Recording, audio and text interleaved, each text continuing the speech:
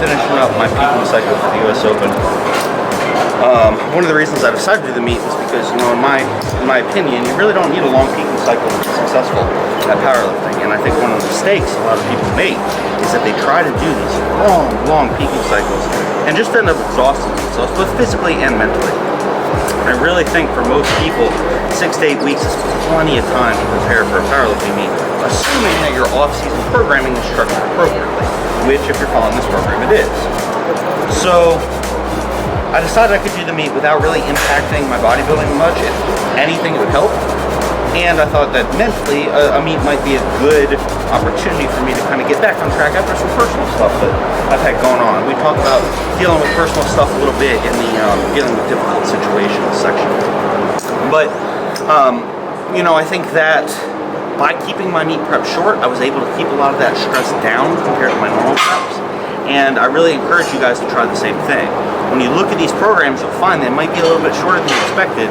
And so when you do that, when you look at those, don't freak out or anything. That's how it's intended. And I think if you try them, you know, you might want to make small adjustments after a while, but I think you'll find they're really, really beneficial.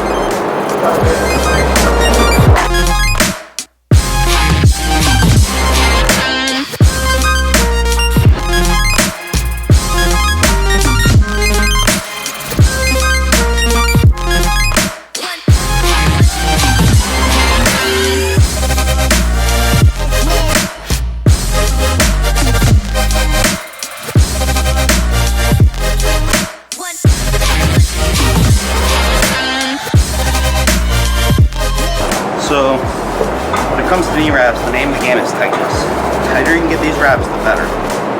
Now, a lot of people tell you that pre-roll the wraps as tight as possible in order to actually get them on your knees as tight as possible. I find that's really personal preference.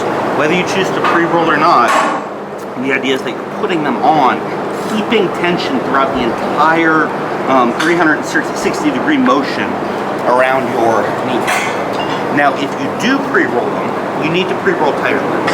It should be basically a max effort wrist roll exercise. But this is a light warm-up for me, so I'm not putting them on that tightly. That's why I'm keeping them fairly loose. Now, once you have them on, once you have them on, once you have them rolled, if you choose to do so, you're going to make sure that you're getting as much coverage around the knee as possible. You'll see some people go real low and real high up their legs, and sometimes that's because they have, you know, pretty short legs and they just don't want that many revolutions around the knee. It makes it difficult.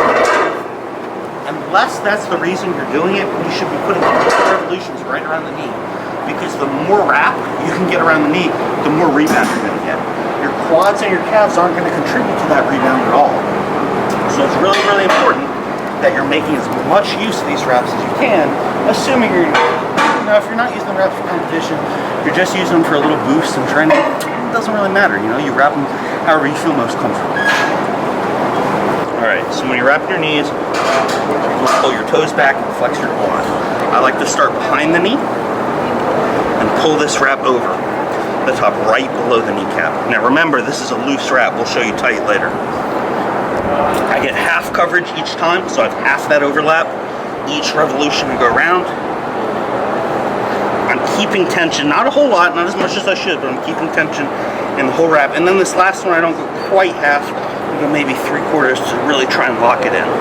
So 4 revolutions there, that's just for me. And then I make an X over my knee. This is personal preference. You can do the X under, you can skip the X entirely, but I like it. And then I finish the wrap with revolutions, as many as I can, directly over the kneecap. When you tuck, ideally you'll be able to tuck in the back, but because I don't have enough material, I have to tuck in the front. That's just how it goes. Don't stress about that part.